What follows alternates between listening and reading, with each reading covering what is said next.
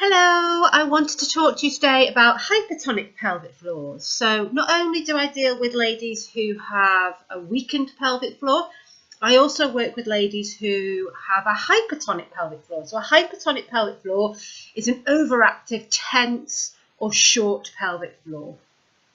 And it can be due to possibly an already overloaded pelvic floor. So your pelvic floor is stabilizing you and it's tight, it's guarded, because maybe something else in the body is weak. So your pelvic floor can then start to take over and become too tight. Also, I see it a lot in clients who are very guarded. So maybe they've had abdominal surgery, C-sections, maybe they've had a lot of trauma to their pelvic floors, so maybe lots of episiotomies, forceps, stitches, tears, and what happens is these muscles start to tense and they guard, because that's what your body tends to do when you're in pain, or if you've got an injury, your body guards it from any pain. So I need to work with these ladies in order to give them a relaxation program first. So we need to retrain those muscles to release, relax, let go. We use the breath, we use lovely postures, and I need them to learn to let go and let go of their tummy, let go of their pelvic floor, and then we can then start the strength program. So I like to use the example of a bicep curl. So if your bicep is half contracted, and then you finish that bicep curl, you're only getting the benefit of half that bicep curl.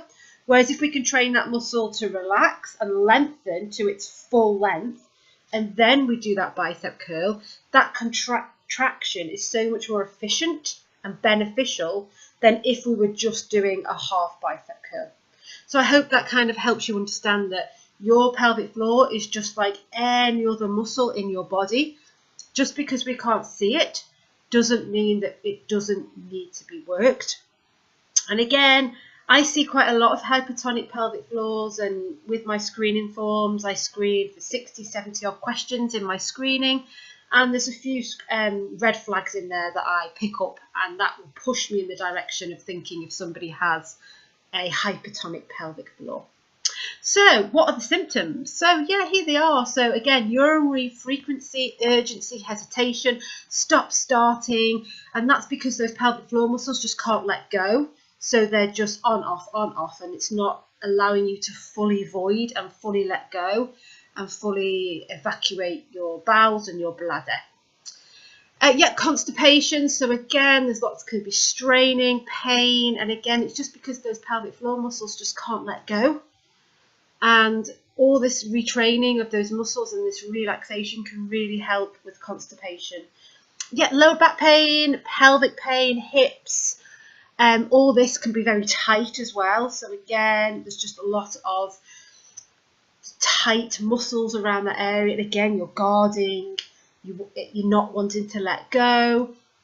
So again, this can affect the whole pelvic region. And again, if you can imagine, this pelvic floor is really tight, and then this penis comes towards it, and then it just doesn't want to let it in because it's guarded. So then you can get a lot of pain with intercourse and orgasm and sexual stimulation. And again, once we teach you to down train those muscles, release, let go, my ladies have reported back that sex is just so much more enjoyable, and they haven't felt like that in years. So that is a really big one for pelvic floor exercise and relaxation. And sometimes it can just be down to uncoordination. So maybe you think you're doing your pelvic floors, but actually you're not coordinating those muscles at the right time. And that can lead to spasms and pain. So yeah, retraining those muscles to recruit properly and recruit synergistically can actually really have a benefit with hypertonic pelvic floors. So if you have any questions on any of that information, please let me know. If you think you've got a hypertonic pelvic floor, please get in touch, because there is help available. So I really hope that's helped you today. And if you've got any questions at all, please let me know.